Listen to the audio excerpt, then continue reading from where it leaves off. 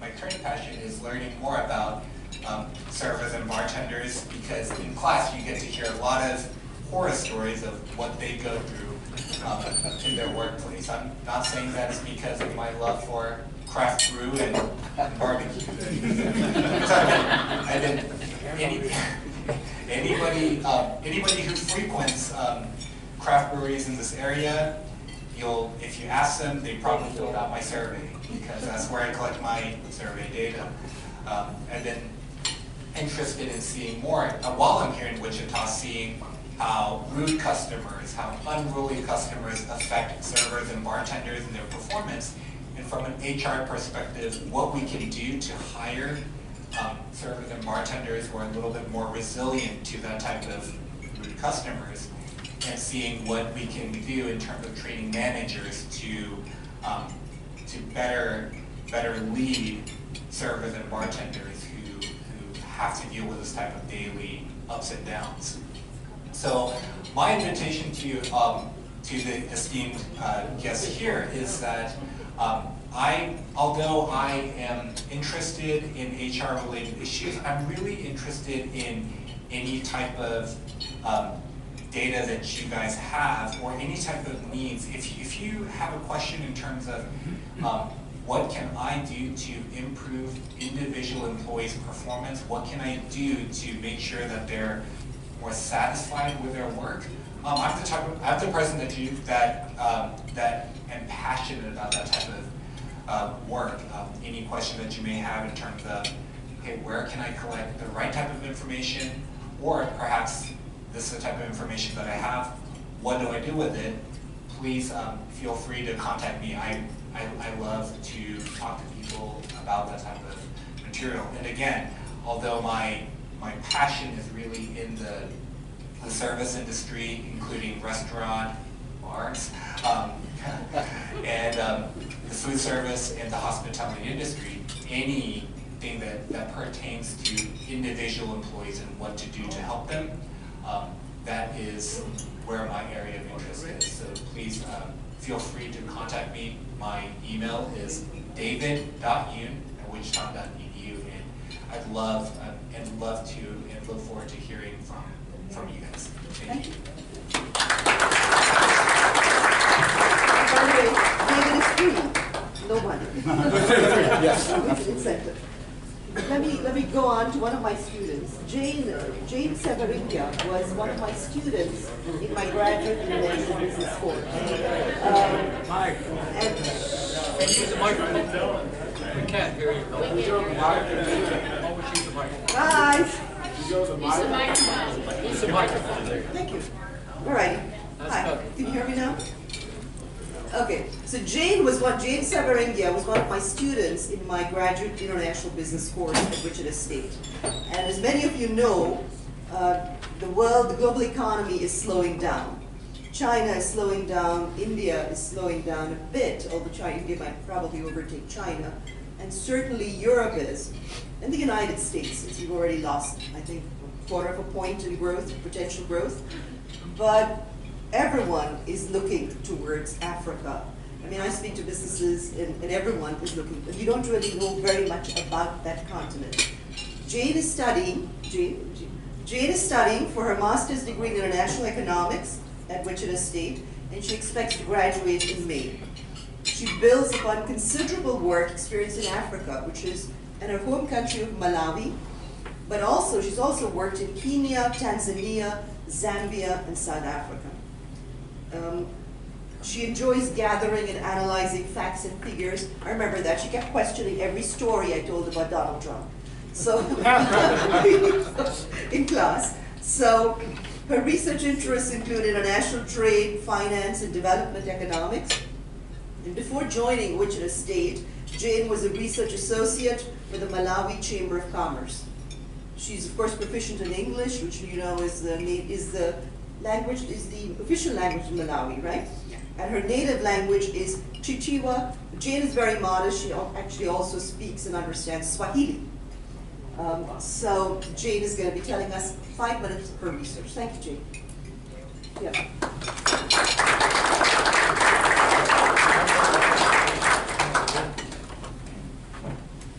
Well, thank you, Dr. Haley, and all distinguished guests, for this opportunity that I could share my research in country funds and exchange-traded funds. As Dr. Haley said, my interest is in international finance, international trade, and international development. So recently, I did a research in country funds and exchange-traded funds, which are basically, they give investors an opportunity to buy shares in professionally managed investment companies. Our country funds invest in securities which are issued by companies located in a particular country. On the other hand, exchange-traded funds allow investors to capture a whole market by only having one share. So investors don't really have to buy foreign stocks, but they can capture an entire market. Our country funds and exchange-traded funds are really popular in the investment world. I'm sure some of us here are well aware of. But since these funds actually invest in the US and go beyond the borders, my curiosity was, how are these funds affected by movements in currencies between the US dollar and currencies of other countries? Specifically, I wanted to find out which one is more volatile. How do they move compared to the US market as a whole? So using the Standard & Poor's 500 as a benchmark index, I looked at which one is moving up and down to the market, or which one moves more. So if the measure of volatility, which I would call beta, is 1, that fund is said to be moving just as the market is. If that measure is greater than 1, then that fund is more volatile compared to the US market, and investors would expect greater than expected returns to their investment. If it's less than 1, then investors would expect less than higher. They have a less chance of higher than expected returns. Also, I wanted to compare between country funds and exchange-traded funds. Which ones are affected more by exchange rate risk? So what I did was I looked at data from Y charts for 31 country funds. I have the data for the period between 2001 and 2008, and I also had exchange rates from the Federal Reserve Bank of St. Louis. When I did the statistical analysis, it came out that both country funds and exchange-traded funds are volatile as compared to the US market. However, exchange-traded funds are 9% more volatile than their country funds counterpart. On the issue of exchange rates, our country funds were found to be 43% more affected by exchange rate movements as compared to the exchange-traded funds.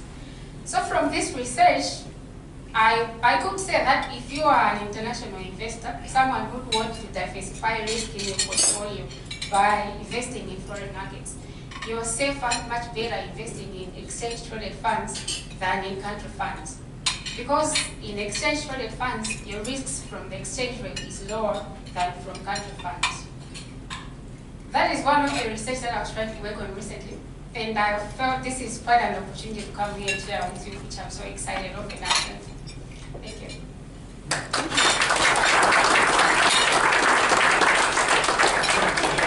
Anyway, in behalf of all the Grant Thornton team, I gotta welcome you to the first World Trade Council meeting of the new year. Our topic for the evening is supply chain and tax reform. You know, I'm a CPA, so I always wonder how come we sponsor the January meeting when it's probably the busiest time of the year for us. It's a tradition now. We actually got 2 people from Houston coming to join us for this meeting. You know, I do have a lot of clients that got international operations, so they ask me how busy I have been. And I seriously think that we haven't stopped for about 13 months and the first time tax reform came about. It just has a significant amount of change on tax, and mostly on international tax. So,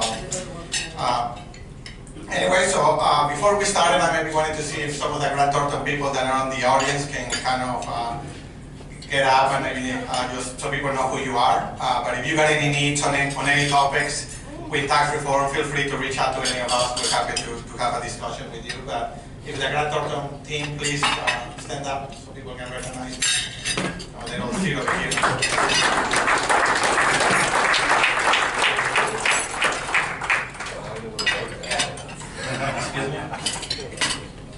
my goal on every presentation is to provide good information.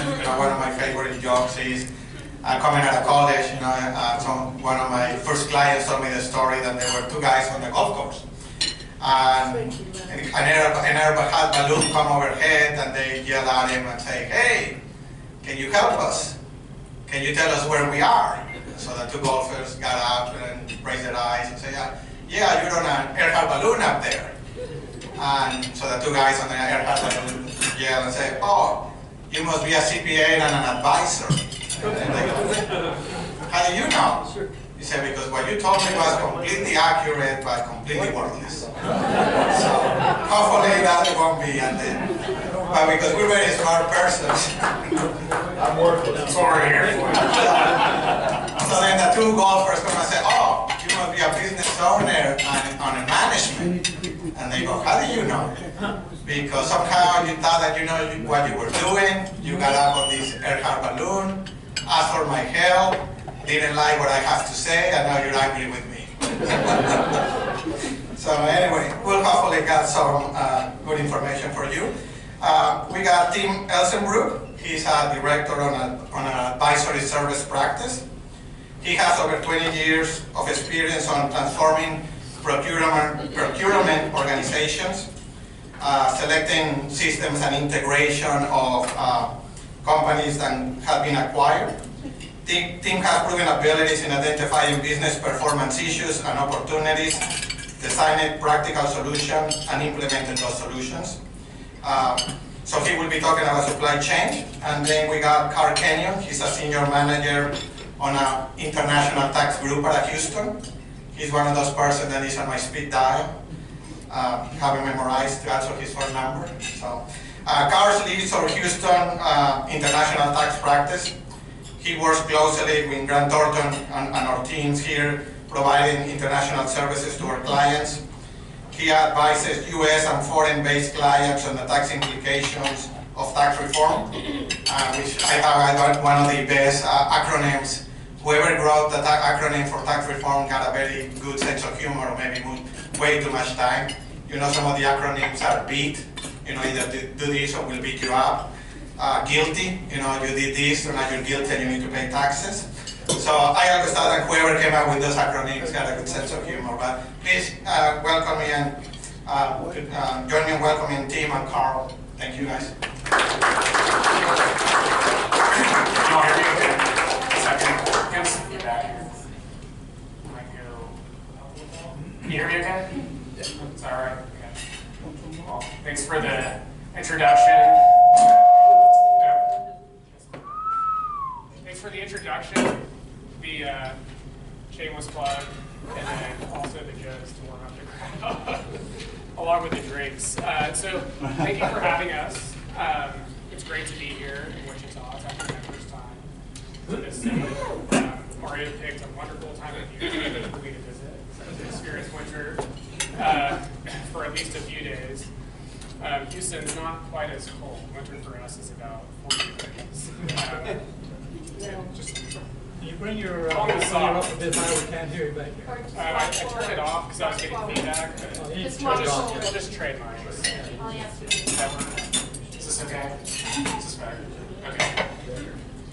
So today we wanted to talk about supply chain in a tax reform world. It's really a cross-disciplinary topic, which is why Tim and I are both here. And just to level set, this discussion is intended to be a 30,000 square foot overview of what companies are considering with their supply chain and how tax reform has impacted that in the U.S. as well as globally. The tax discussions will be focused on the international rules, so cross-border transactions, multinationals, and large inbounds.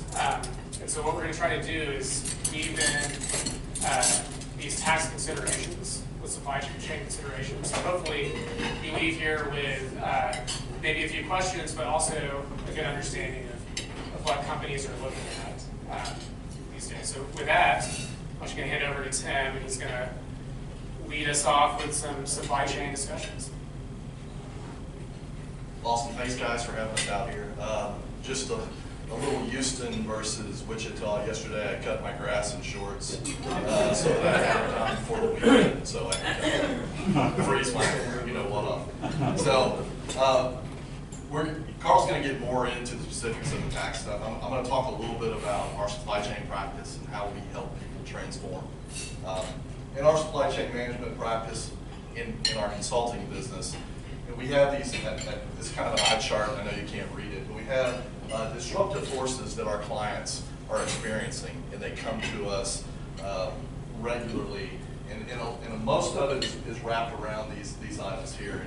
And I'll read them so you can't see them, but SKU proliferation, it's easier to say that word. All of our customers have issues with having SKUs that are outdated, that are, they're just have tons of products, they have tons of inventory, and they just don't know what to do with it. They don't know what they have on the shelf, they don't know what's there. Another problem that we have that's new is this omni-channel effect. So you've got the ability to buy things over the phone, over the web, the Amazon effect, as I like to call it, or even go into a storefront and buy. Each of these disruptors are raising supply chain costs for our clients. And it's something, especially in the market today, we talked out front about how labor is in high demand here in short supply. It's the same thing in the Permian in Texas. I do a lot of oil and gas work. You can make, what was it, 6 figures, and the first figure starts with a curly number, as you said, if you want to drive a truck, right? So it's labor is expensive, and it's in short supply, and it's a big issue with our clients. The tax reforms and the M&A activity is something that is also growing ever since Thanksgiving. We've had more calls around tax than I can ever remember, but our clients just don't know what they don't know, and they want us to come in and help them, kind of ferret out what's going on. Supply chain digitization, the Amazon effect.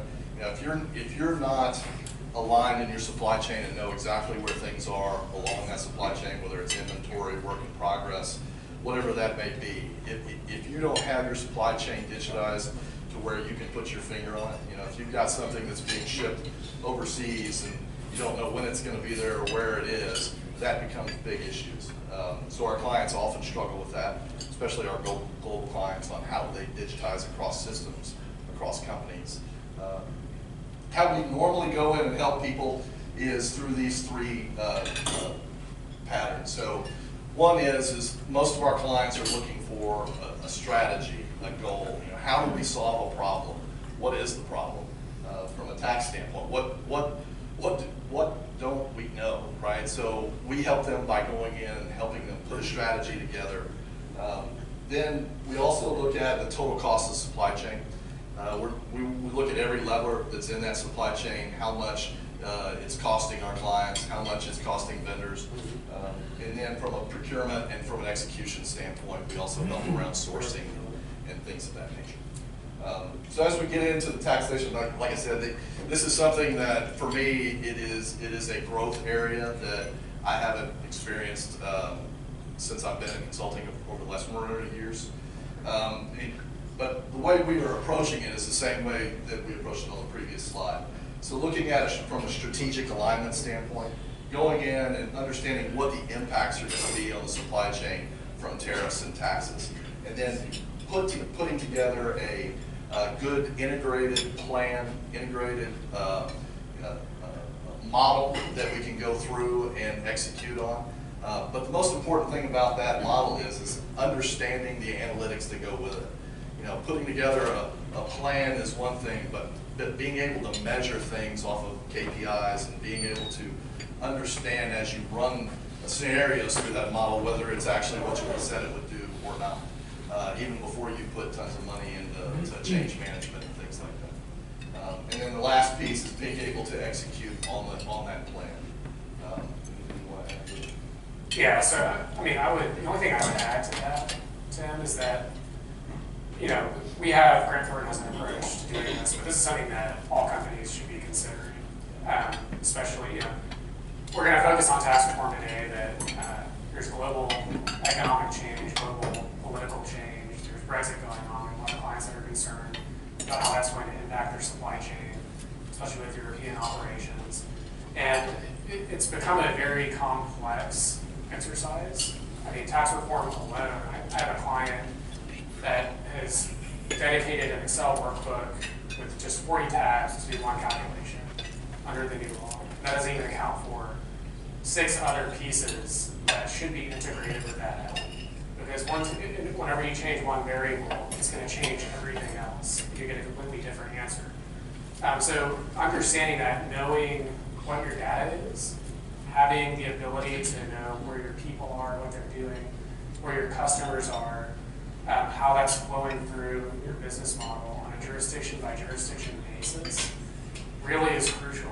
And so, you get into just beyond an initial understanding of where you are, but if you want to do scenario planning, modeling, you need the right systems to do that and to run you through those scenarios. So there's really a lot to consider here. And what we're going to see is that tax laws are changing on a much higher frequency than they used to. So whereas you might be able to go 10 or 15 years without any dramatic changes globally, we just had U.S. tax reform, big event, but we're going to have global tax reform events, at least for the next decade. And so keeping on top of those, knowing how it's going to impact you in real time, really be proactive is the key. So. One thing as well I might want to add on here is we see a lot more mergers and acquisitions by an influx of cash into the process currently. And so what we really try to do is evaluate kind of what is that merger or acquisition going to do to the company? How is that going to affect what you're doing globally? How's it affecting your goals as a corporation?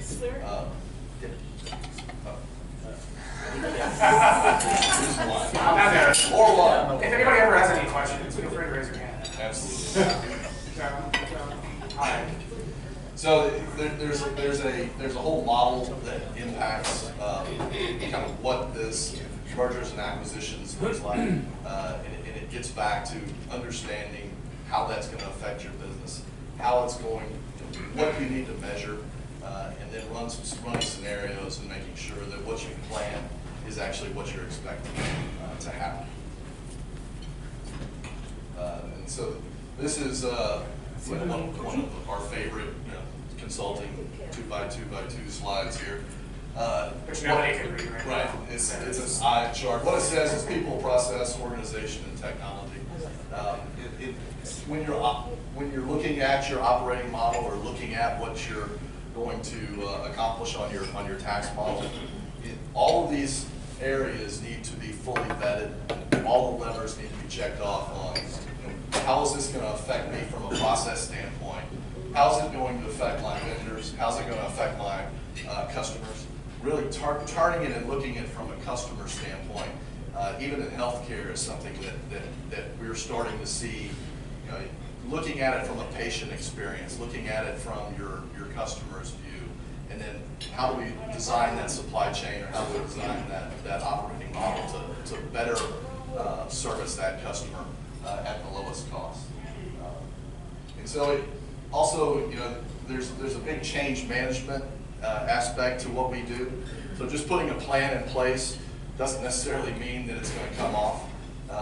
And so thinking about change management in every aspect of what you do is very important to what I do, because we want things to stick, right? We don't want to come in and have you guys spend a lot of money, bring us in, we put this great little binder together and we shoot it over the table to you, or we even implement it, we walk away and nothing sticks. Everybody goes back to doing what they're doing.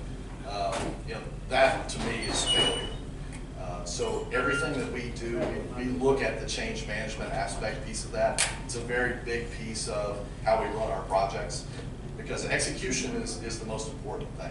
And how you execute at that level and continue to execute and lower your costs and better serve your customer.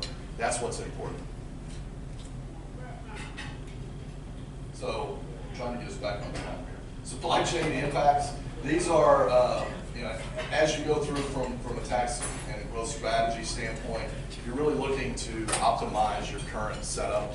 And so everything falls into that plan. We need to look at every lever that's involved there from a tax situation, as well as from a total cost standpoint.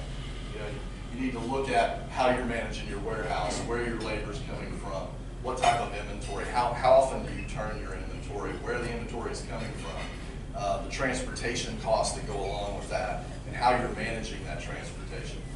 3PLs, 4PLs, whatever that may be. How do you get information from them and tie that into your technology? That is a big concern for most global companies today, is that digitization piece. Should have had more wine. To understand from an analytics standpoint of what you're currently doing, what is going on today, and what is going to happen in the future. If you get something put on your desk that's a week old, in today's world, you're going to get eaten alive. So it needs to be real time. It needs to be you need to be able to see into the future and be able to manage your business off of that information. Does that make sense? So if you don't get anything today, this slide is really, this is probably the only slide I actually take to customers and show, or take to clients and show. This really talks about the value of the supply chain organization. And it's all based off of shareholder value. And whether you're a public company or a private company, driving shareholder value is the most important thing. And that is, there's revenue growth, operating margin, asset efficiency, and income taxes. Those are the levers that are in there that our customers and our clients are most concerned about, and where most of our work is concentrated on. So 7 things that supply chain leaders must do now. My boss put do now, so I must be looking at optimizing your network with considerations for effective tax return implications. You should be looking at your sources of supply every day, and some of the supply chain networks you're tied into sole sources. You should always be looking at, how do I improve my network? How do I reach out and find suppliers that are willing to work with me and grow with me? And really taking into account what that source of supply looks like. There's one in here that says conduct make versus buy analysis, but I want to add to that. It's not just make versus buy, but where do I make it? Where do I buy it? I think that's really important in today's world, and from a tax standpoint as well. Consider where you're housing your assets and how you're utilizing them. This is a big one in our manufacturing plants, and I've got a customer right now who, when his plants go down, he loses money. And everything that is important to him around the supply chain will cause him to lose money if he loses an hour on his manufacturing line. So, optimization, assets, very important. You want to be able to really optimize what that supply chain looks like and drive costs out of every piece of the supply chain. Inventory, man, I can tell you some war stories about inventory and the way people, it's almost like, I don't know if you'll watch a show about hoarders. Sometimes I walk into these clients and you open another door and there's more inventory. Like, where did that come from? Is that in the system? Why is it? Well, that's for the hurricane. It's like, well, that hurricane was 3 years ago. Why is it still sitting there? So, optimizing your inventory levels, being able to turn your inventory quicker, being able to understand what that inventory is and where you're making money. Why would you spend money and house a whole lot of products that aren't returning margin to you? And then why would you not have products that are your highest margins available to your customers when they need it? So understanding what that inventory looks like, what the service level looks like, how you're making money off of that inventory, and really what those levels will do to you from a tax standpoint as well. So the lower the levels, I'm sure, lower taxes. Leverage free trade zones if possible. Being able to understand what that means. I don't know what that means. I'm sure that the cohort here does. Being able to leverage free trade zones if possible is, I don't know, anything to add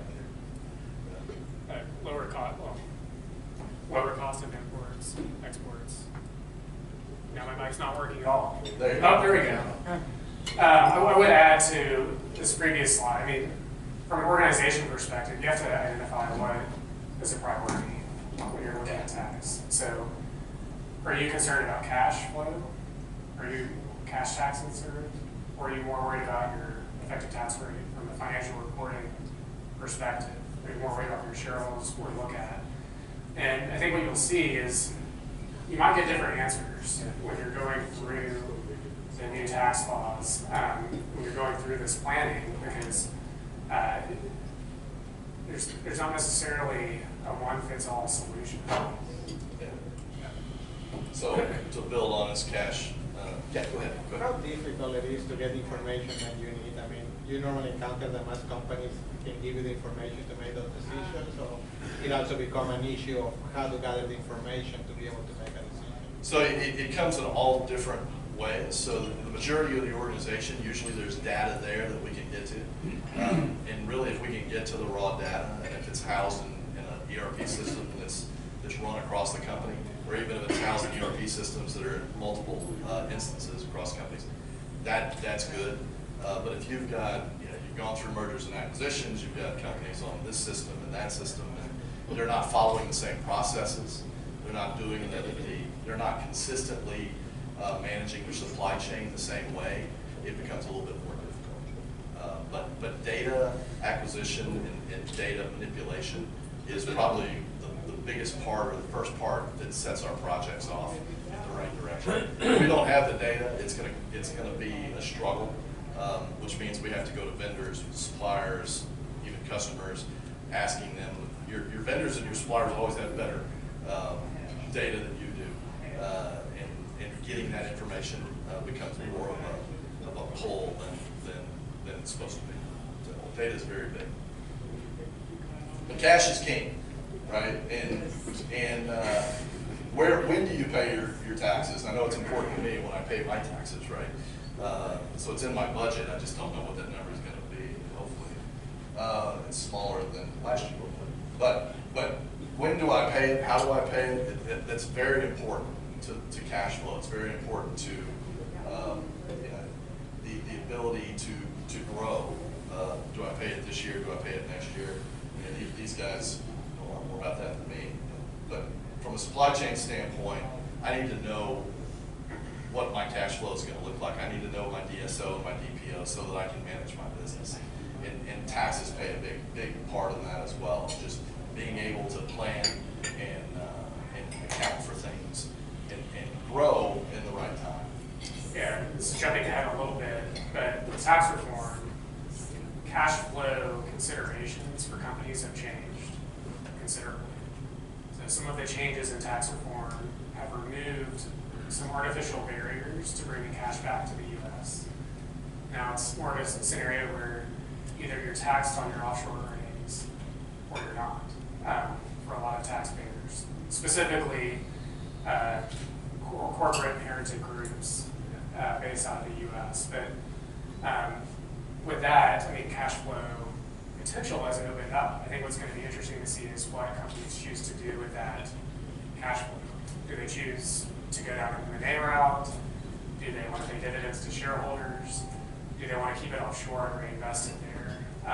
Because tax is only one piece of the equation, and so there are going to be compelling reasons to do things as a business, as much as I hate to admit it, that don't involve tax. So, well, you can't have that cash sitting around either, so you got to put it in play. right. So it's how do you effectively manage that, and what are the implications of that process? And so I'll end my little piece here is growing an effective tax supply chain. I would take tax out of it and just say shareholder value, effective supply chain takes into account all levers, including taxes. You're looking at your current stock price and what you can do to get that stock price higher. It's driving costs out of your system. Anybody heard of the procurement effect? The more money that you can save drives a higher volume to higher dollar to the stock price, then increased revenue. So really knocking costs out of the supply chain will increase 36, whatever the numbers say, that's where you're going to increase the most on your stock price. Freeing up cash will help you grow. Growth will add a boost to your stock price. But it's your DPO, it's your inventory, it's the growth, and it's your tax plan that helps you get there. I'll try to look that one. Okay. Tells me no more. I'll tell some more dad jokes. Good. Yeah. Add some color commentary. Right. So with the new tax landscape, I mean, things have changed as an advisor. So we used to have these old tried and true structures where we could go to a client and say, you should implement this. It's going to work no matter what your business is doing. You're going to save X amount of money. But things like the old double Irish Dutch sandwich structure that Apple benefited from for years, and other similar planning strategies are going by the wayside.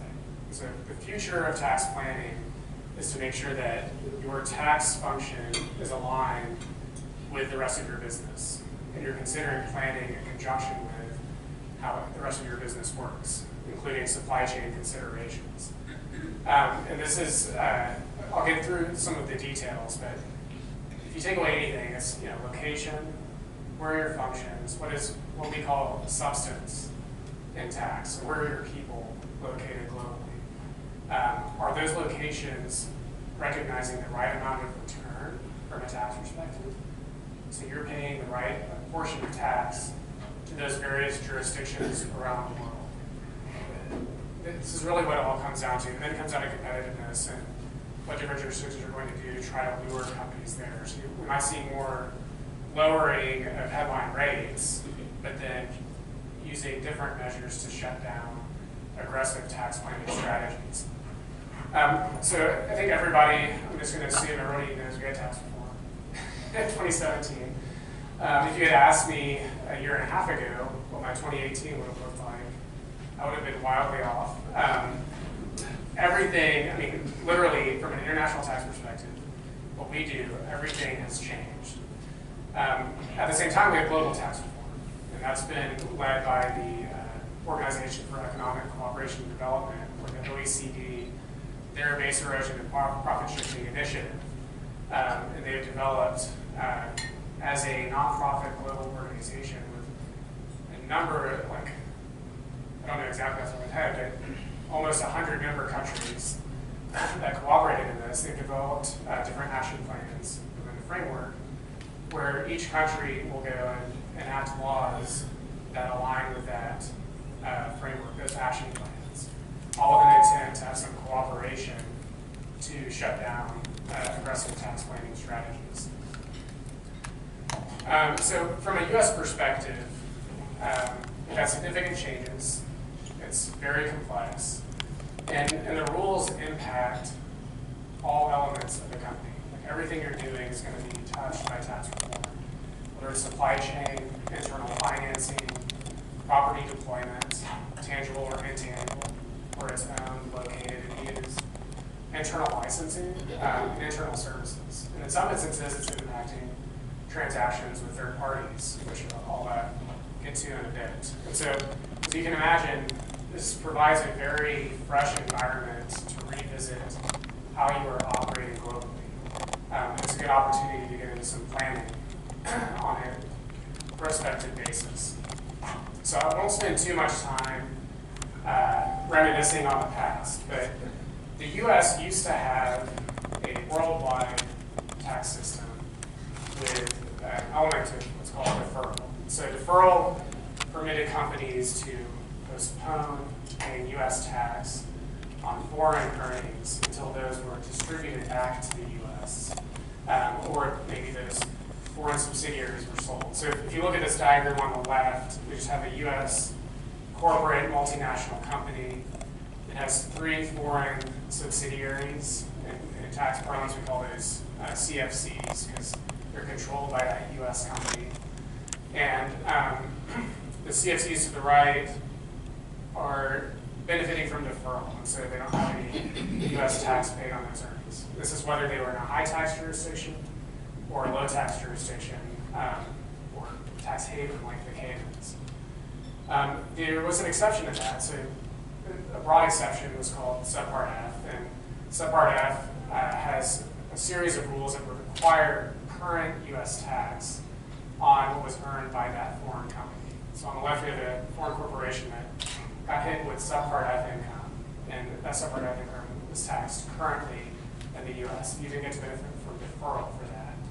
Just to give you an idea, Subpart F income is what we colloquially call kind of easily movable income streams. So you pushed some debt offshore, you're earning interest income, but there was really nothing connected to that loan in that jurisdiction.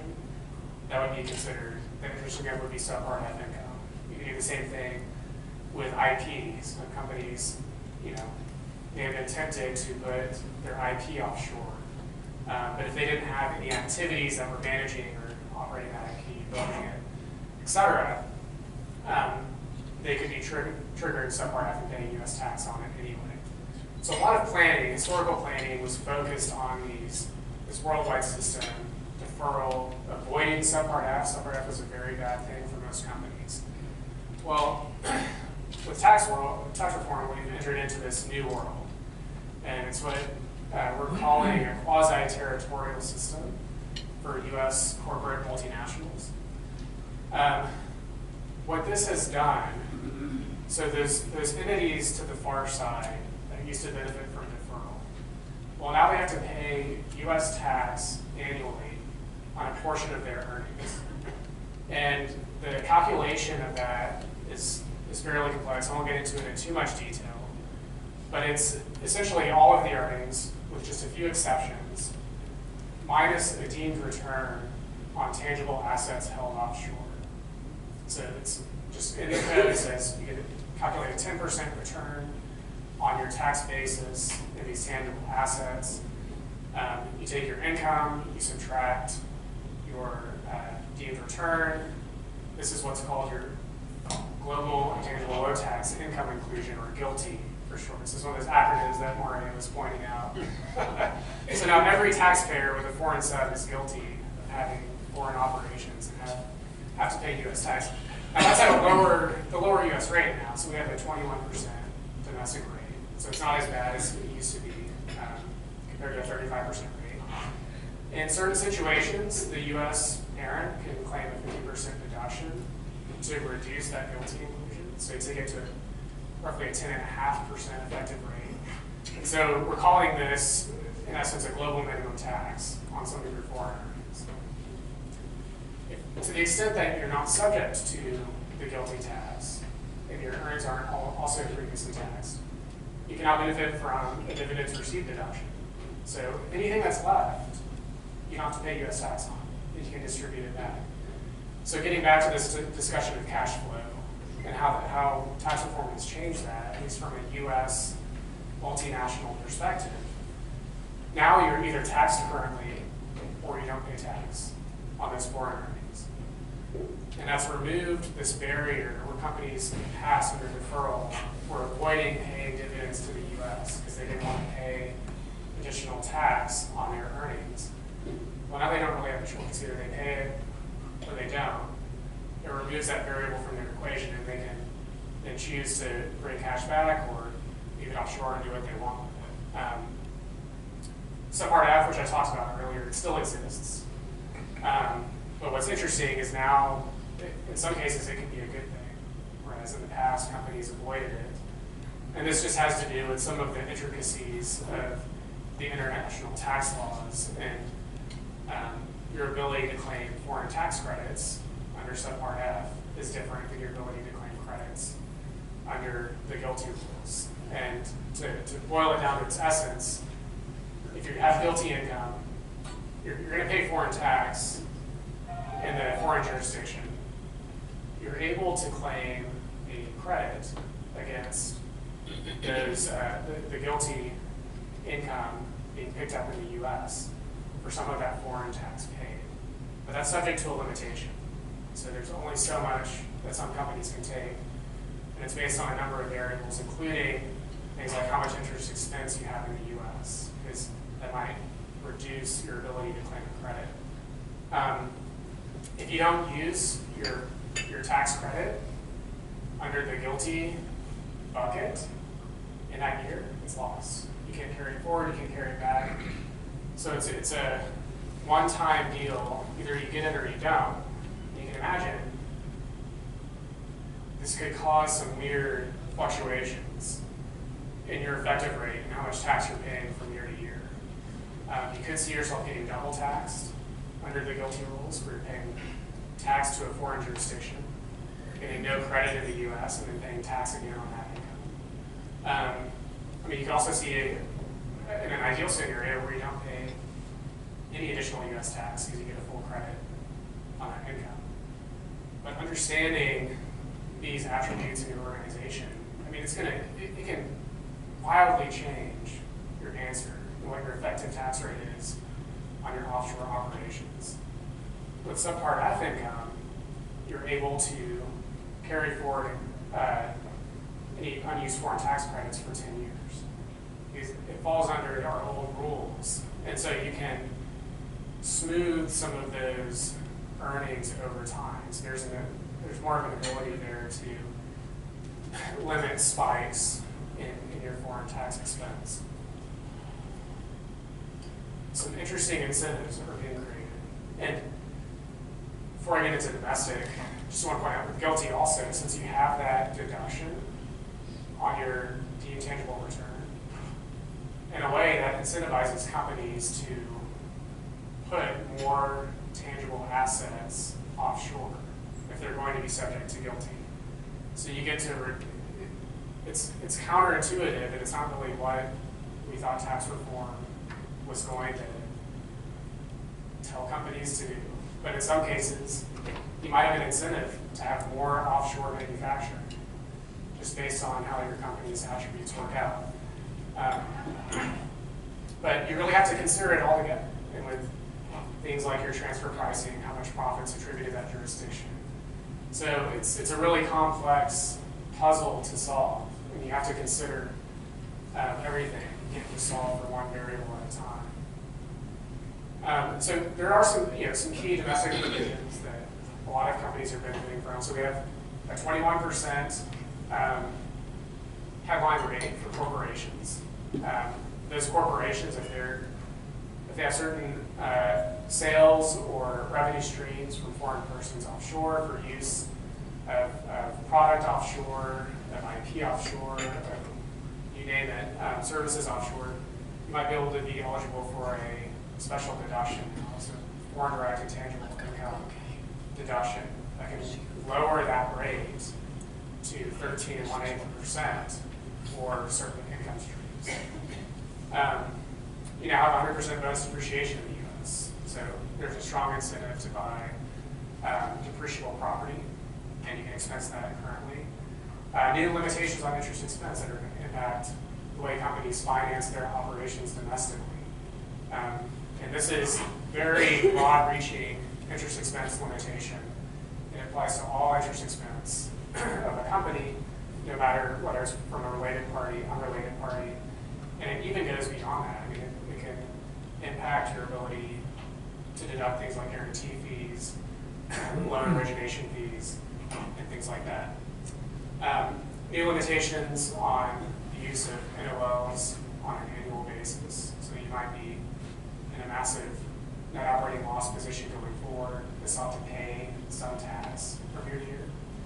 And then you also have the repeal of the alternative minimum tax, which a lot of companies are very thankful for. That's great news.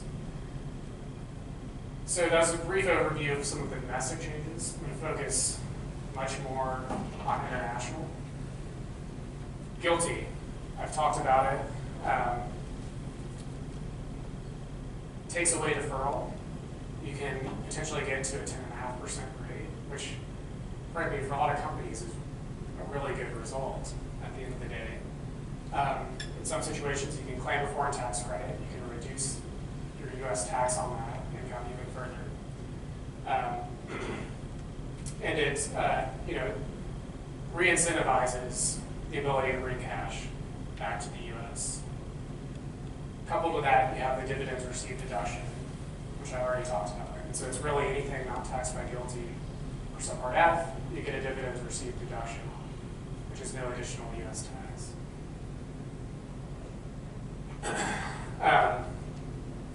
Slide got thrown off a little bit here, but I'll just cover this briefly. So why would we consider it a global, why is GILTI a global minimum tax? If your foreign rate in your local jurisdiction is 0%, and you qualify as a domestic corporation for that 50% deduction, your tax rate on those earnings will now be 10.5%. Historically, maybe you would have had a 0% until you paid a dividend back, at which point you pay 35% under the old rules. Well, now it's 10.5% annually, which isn't necessarily a bad result for some companies. If your foreign effective rate is 13.18%, you could potentially get away with not paying any U.S. tax on that. If you're in a high enough tax jurisdiction offshore, if the math works out right, you don't have any additional U.S. tax to pay. Now, two things really make that happen. One is this deduction for domestic corporations, and only domestic corporations are eligible. It's limited to taxable income. So if you're in losses in the U.S., sorry, you can't get to that lower effective rate. Two is a foreign tax credit. And so are you in a position where you can claim a foreign tax credit and reduce those earnings? And there are a lot of variables that will dictate whether or not you can be eligible for that. Most companies are going to have limitations on their foreign tax credits. And so getting to this scenario on the left, I think is more aspirational. But there's planning you can do to try to get into a situation where you can maximize the use of those credits. 3 more rules, and then we can get past tax, I promise.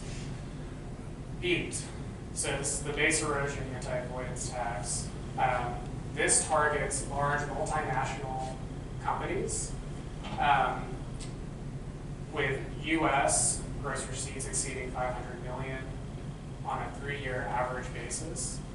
And you have to have a base or considered base erosion payments that exceed a certain percentage. 3% of your expenses or more need to be base erosion payments to qualify. But if you fall within that description, you have to consider BEAT and whether or not that's going to impact you. At its heart, it's a new alternative minimum tax. And it's something that companies will have to pay on top of their existing income tax. And what it does is it removes incentives for base erosion planning. So in the past, you would have, actually, I'll say that because I'm going to be showing you a slide in a second. So just hold that thought.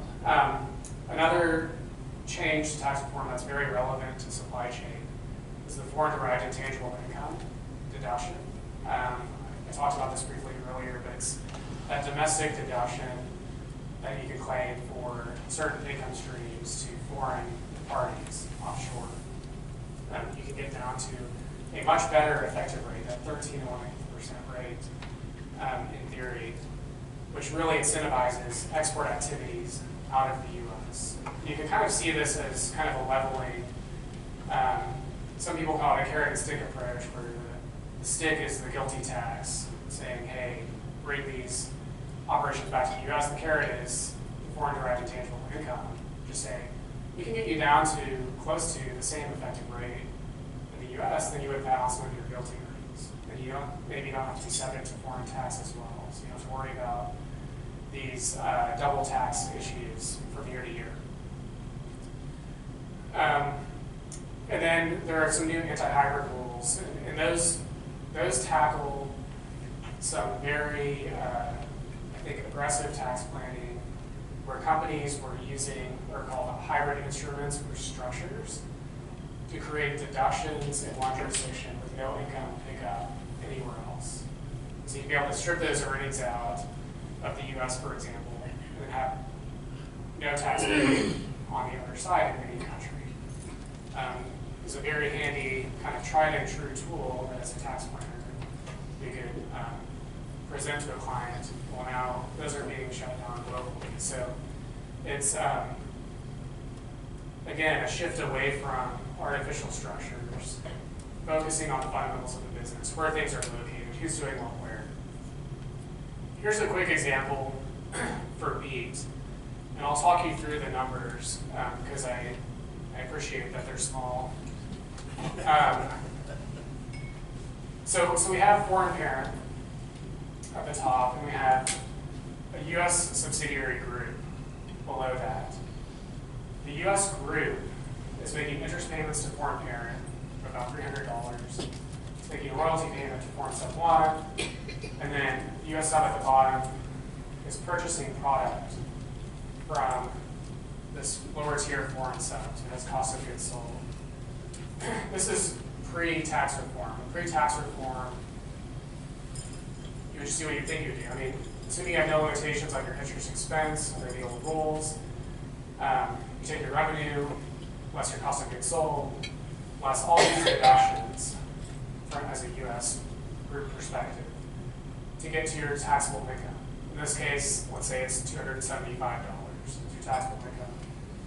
You pay tax on that at 35%, and then your tax due is going to be $96.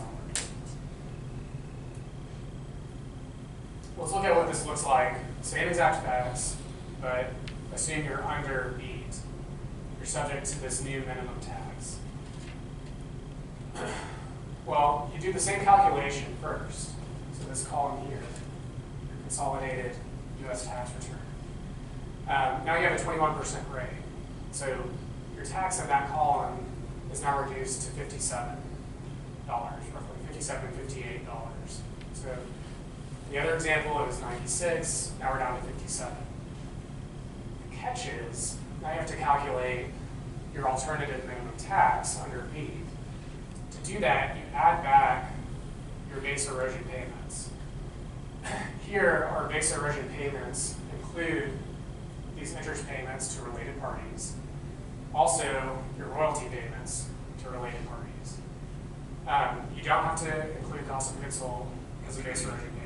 So you can still get to reduce your revenue by your cost of goods sold to get to your gross income, but you're not able to claim any of those other deductions. Right, so now, instead of taxable income being $275, it's around $1,200 because you've added back all of these base erosion payments. That is subject to a special 10% tax rate. So now there's a total tax due of $122.50. And since this is greater than your other tax liability that you calculated, what you're paying is $122.50. So that's significantly more, $30 more, it's almost 30% more than what you paid pre-tax reform. That's a real problem, and a lot of companies are struggling with this, especially large inbound multinationals, because they might have very legitimate business reasons for having royalties, licenses from foreign affiliates, because maybe the IP was developed offshore. That's the only way they can get it, right? But it can be dangerous, because you can end up, I mean, what's the effective rate here? So you're paying 122 tax on really 275 of net income. You're approaching a 50% net rate. Let's go on to some happier news. So foreign derived intangible income. If you have inventory sales from a U.S. group to foreign third parties, if you're even licensing income,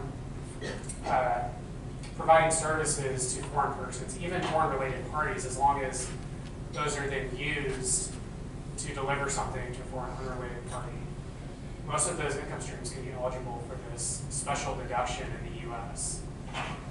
So I think you can quickly get an idea of how these rules are changing incentives for taxpayers, because it's where your property is owned, your intercompany transactions are very important. Build into that transfer pricing. Anytime you move things throughout your structure. You have to address your transfer pricing policy. The global view on transfer pricing under BEPS has changed. There's an emphasis on people and substance over things like where legal contracts are held. And so 10, 15 years ago, it was very easy for companies to have paper transactions where they shift legal ownership and legal rights to property, where maybe from a tax perspective now we would consider an economic ownership to be somewhere else. And so some of those old strategies have gone by the wayside. It's something to look out for. You really have to revisit all of this when you're considering supply chain changes. So how do I sum this up from a U.S. tax perspective? Compliance has increased, complexity has increased. It's harder to administrate. It's harder to measure risk. The rules are constantly changing, so you have to be on top of this.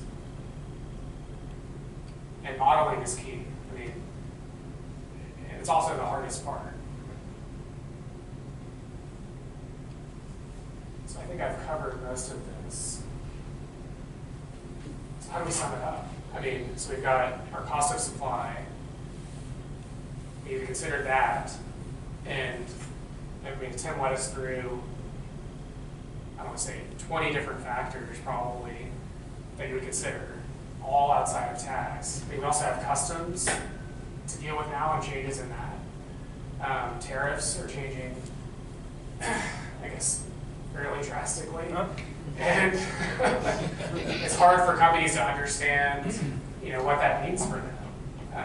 And you have companies that are changing how they contract with their suppliers based on uncertainty and tariffs. And who's bearing the cost of that as an impact on margin. So how do we pull? I mean, what's the strategy for going forward?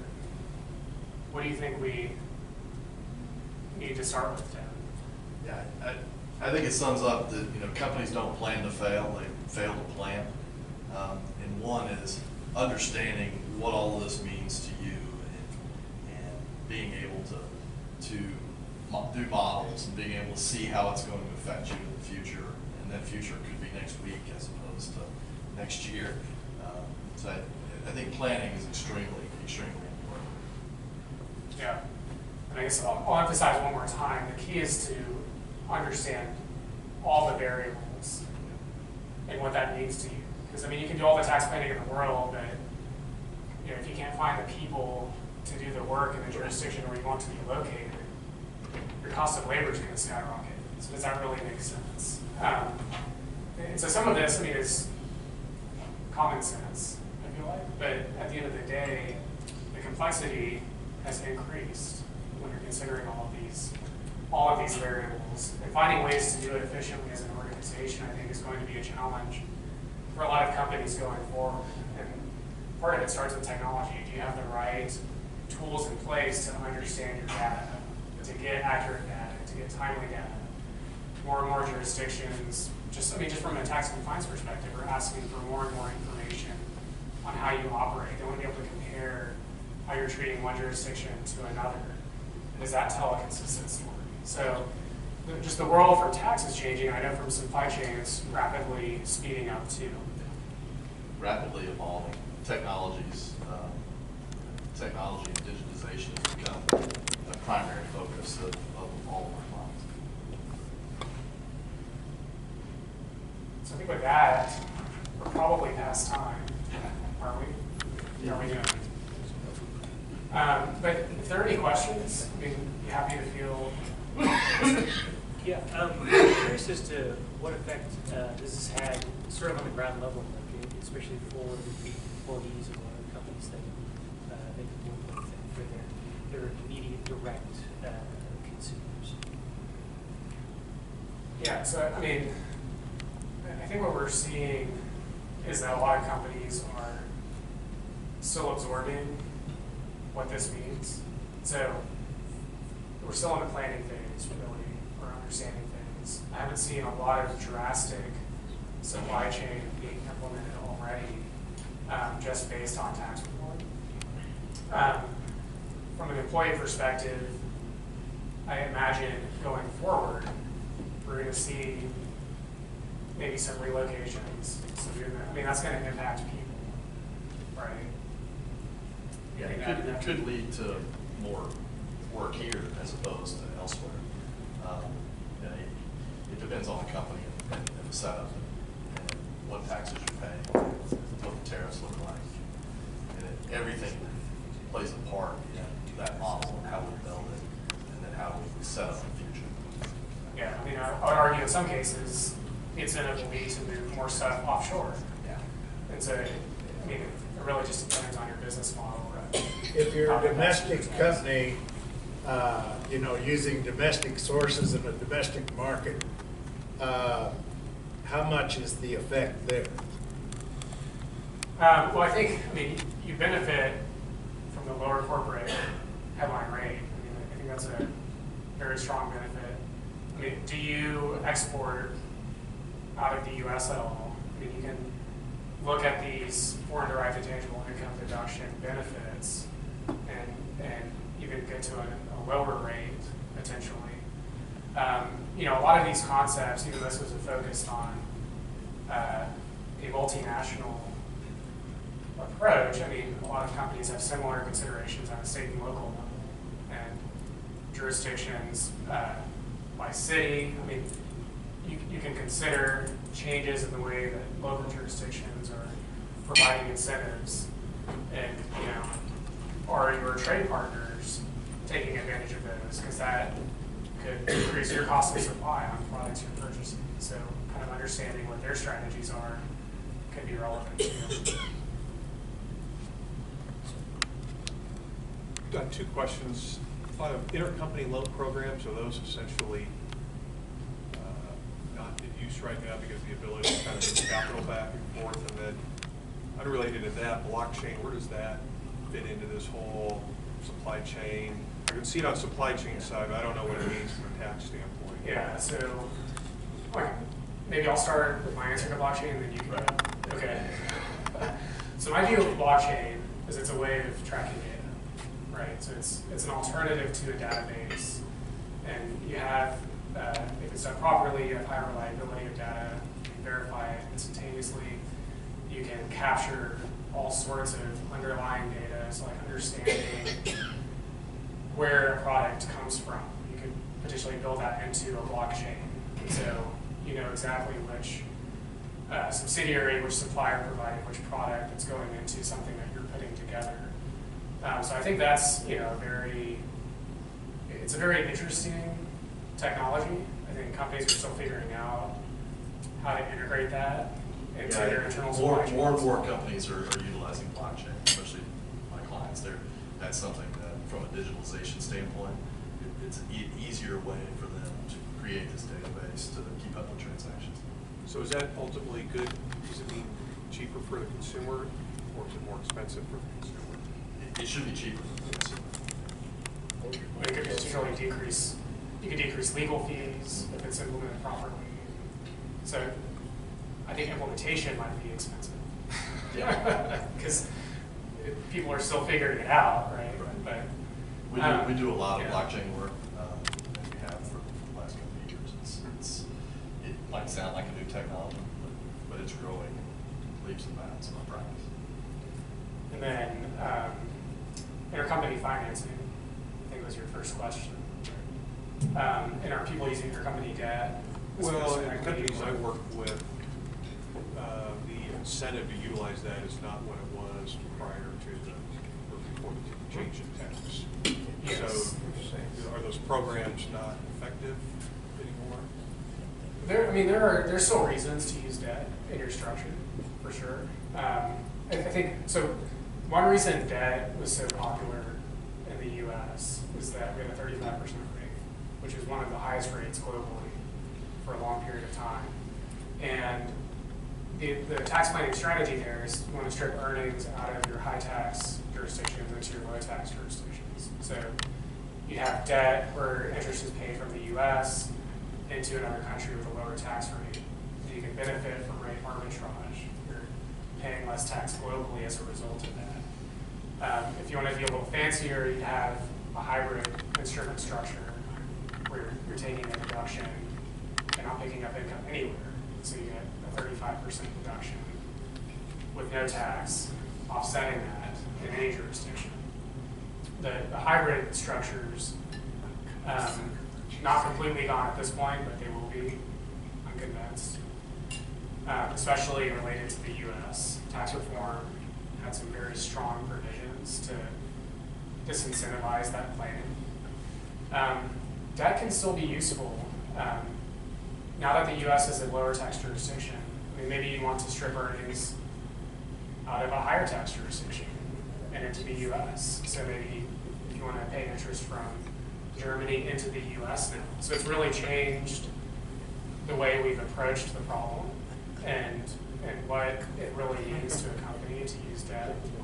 And the US is now a competitive tax rate jurisdiction. There are also considerations around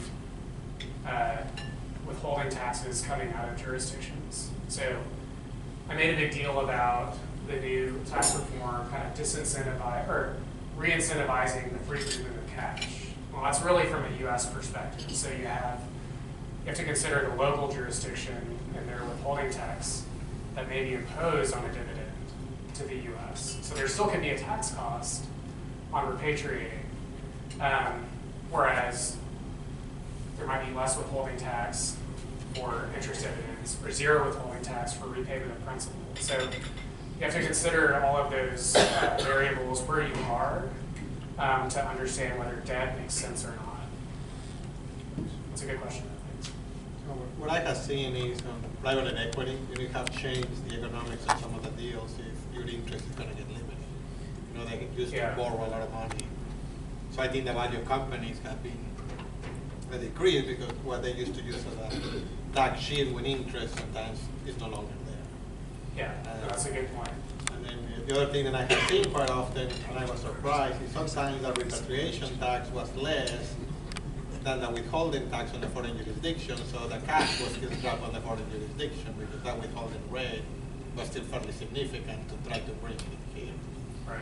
So, but yeah, it's a lot of unintended consequences. I mean, I would say that there is a lot of unanswered questions and guidance keep coming up, and shutdown didn't help with the guidance. So, you know, and then moving the supply chain, I also think is fairly expensive. You know, like we got a lot of out-of-space companies here. You're not going to repatriate something, and you really have to have your crystal ball, and that's my question.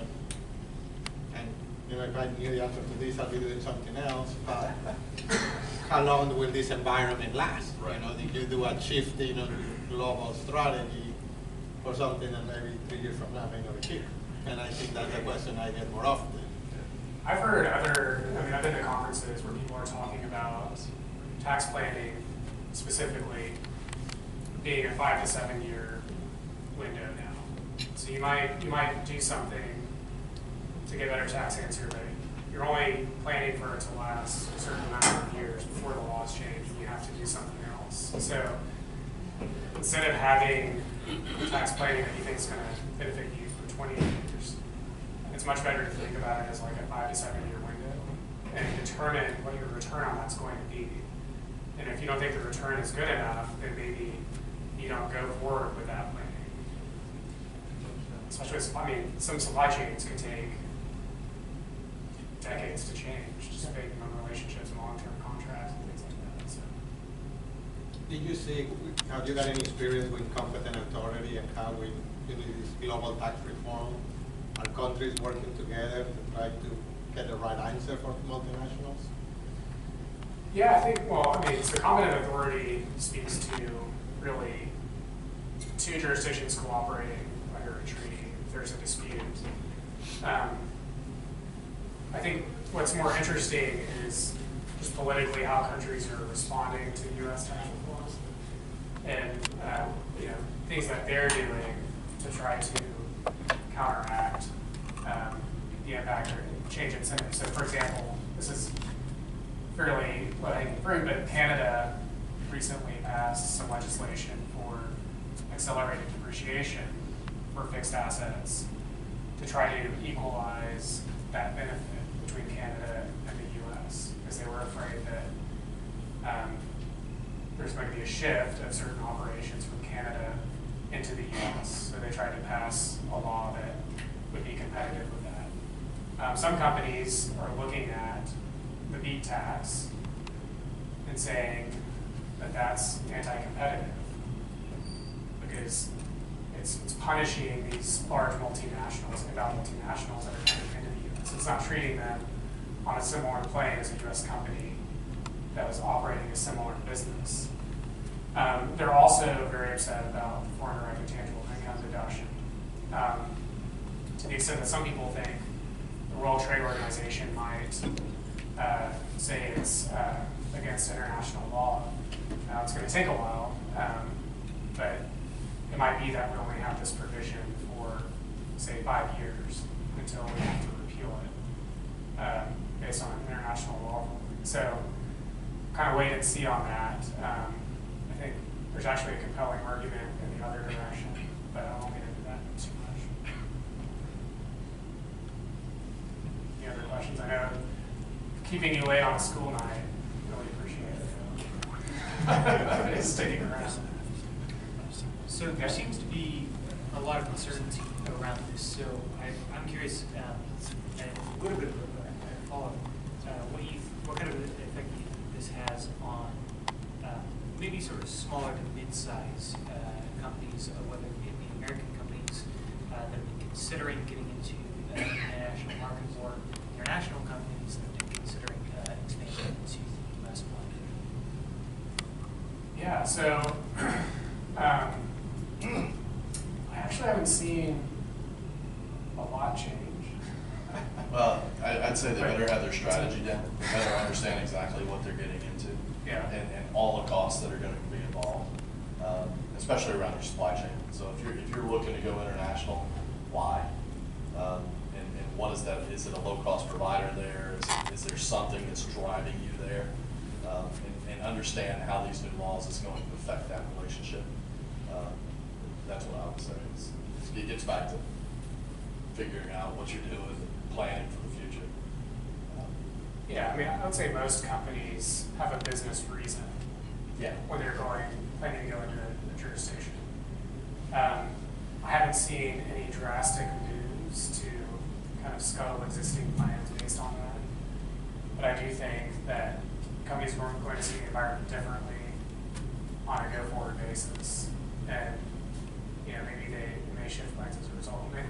I see tax reform as just one puzzle piece in a global regulatory environment. I mean, not to get back to Brexit again, but companies are changing their Europe strategies because of Brexit and where they're located and how they operate. And I think we'll be seeing a lot of the same.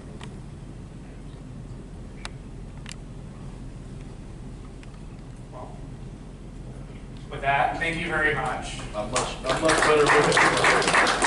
For contact information, you can walk up really close to the screen. We do more mitzvahs and quinceañeras.